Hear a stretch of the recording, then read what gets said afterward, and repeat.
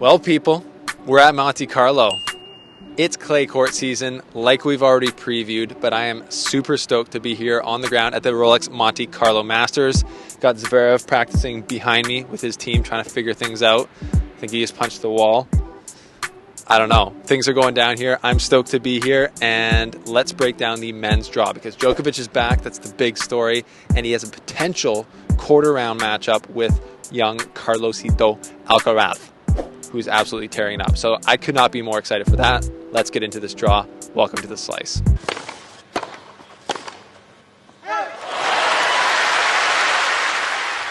So yeah, people, you guys might be a little jealous of me. I'm out here on the south of France, in Monaco, actually, at the Monte Carlo Masters. This is the day before qualifying starts. I've been walking around checking out the lay of the land. Walked by Andrei Rublev, kind of exchanged some mutual respect. Just saw behind me Zverev and Karen Khachanov practicing. Zverev wasn't too happy, did a practice smash, as you can see here. But, you know, a lot of times they say if the guy has a terrible practice, watch out for him in the tournament. So maybe watch out. Maybe that's a betting tip for Zverev this week here in Monte Carlo. But it's an awesome layout. I've never been here before, but I just couldn't be more stoked to be here for the first weekend. So thanks to you guys who have joined Europass. Again, if you haven't already, that's just a way that you can support my work while I'm here on the ground, feeding the Slice to you guys. So check that out, link below. We got videos every Monday coming out for that crew only. Like and subscribe, obviously. But yeah, let's get into this draw. The story of the draw, obviously, to me is Djokovic is back. Djokovic has only played one tennis tournament in 2022, which is just preposterous because it's April. So he's back in action. On the halves, we have the top four seeds, Djokovic, Zverev, Tsitsipas, obviously no Nadal here because of the cracked rib, and Ruud is the fourth seed. So we got Djokovic and Ruud on the top half, Tsitsipas and Zverev on the bottom half, so I think that's good for Djokovic fans. And then in the quarters, let's just take a look at the potential quarterfinals if all the seeds made it through like they should, which will definitely not happen. We all know that. We got Djokovic versus Alcaraz, again, fire matchup. Ruud versus Norrie. FAA versus Stefanos, Rublev versus Zverev. So super interesting matchups. If we're looking at Djokovic's quarter, he could play in his first match in the second round, Davidovich Fokina or Marcus Giron, two good clay quarters, actually, so that could be interesting. Then he could play RBA, Dan Evans, or David Goffin in the third round. And then in the fourth round, it's into the quarterfinals then, it would be either Fritz or Korda or who I would think is Carlos Alcaraz. So why is the Carlos Alcaraz, and I've been saying it wrong, Carlosito Alcaraz, Djokovic matchup so intriguing? Well, it's obvious because I think Carlos is the most exciting player in tennis and Djokovic is the best player in tennis. So those guys going head-to-head is the matchup we've been waiting to see. Just the athleticism of Carlos looks like he might be the only guy that can go toe-to-toe as far as springiness and speed on court. As Djokovic, he's actually probably faster than Djokovic at this point because Djokovic is 34. And just the way, the comparisons, obviously all the hype around Carlos, now getting to test himself potentially against a Djokovic who might be a little rusty. That's the big question coming into this. We don't really know. So all we can hope for is that Carlos or Djokovic don't mess it up before the quarterfinals and we get the match that we want to see. I think we can all agree on that. Casper Ruud could play Karatsev.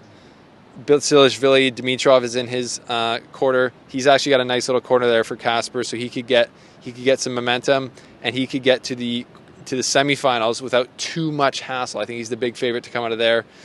He's been playing good tennis, obviously just making the Miami final. Then on the other side, we got Felix Auger-Aliassime, just took a bad loss in Marrakech on the other side of the Mediterranean Sea right here. Just pan over there. So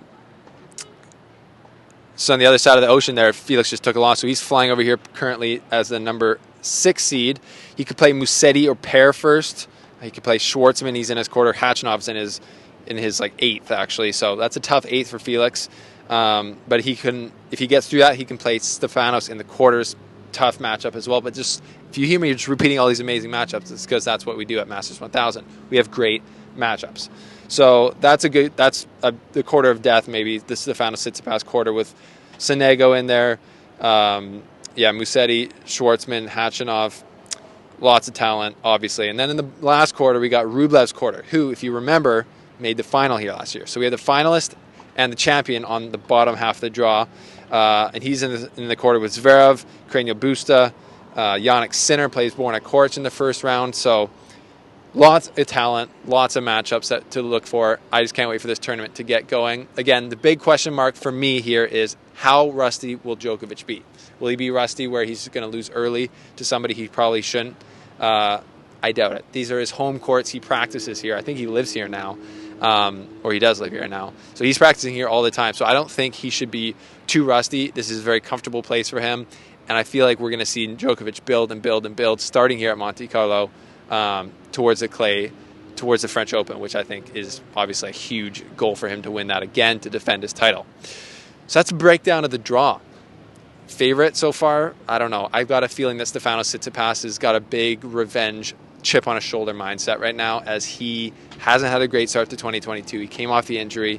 He just hasn't had anything where you feel like he can really hang his cap on so far. So now he's on the dirt, and now he is in the place that he feels the best on. He got to the French Open final last year, almost won it. So I have a feeling Stefanos Tsitsipas is going to be a bad man on clay. Obviously, I've got great feelings about Djokovic being very tough on clay, as he's got all of his shoulders are chipped off with the amount of L's he's taken so far in 2022. And I think he and me and everyone should be just excited to see him playing tennis again on a big stage like here in Monte Carlo. So anyways, there's the European slice of Monte Carlo, the draw breakdown. What are your thoughts on the draw? Djokovic back, Carlos, potential quarterfinal. Would love to see it. Leave your comments below. Make sure you like and subscribe to the channel, and consider joining the channel to join the European slice for exclusive videos or on Patreon. I appreciate your guys' support. We will see you midweek for some updates.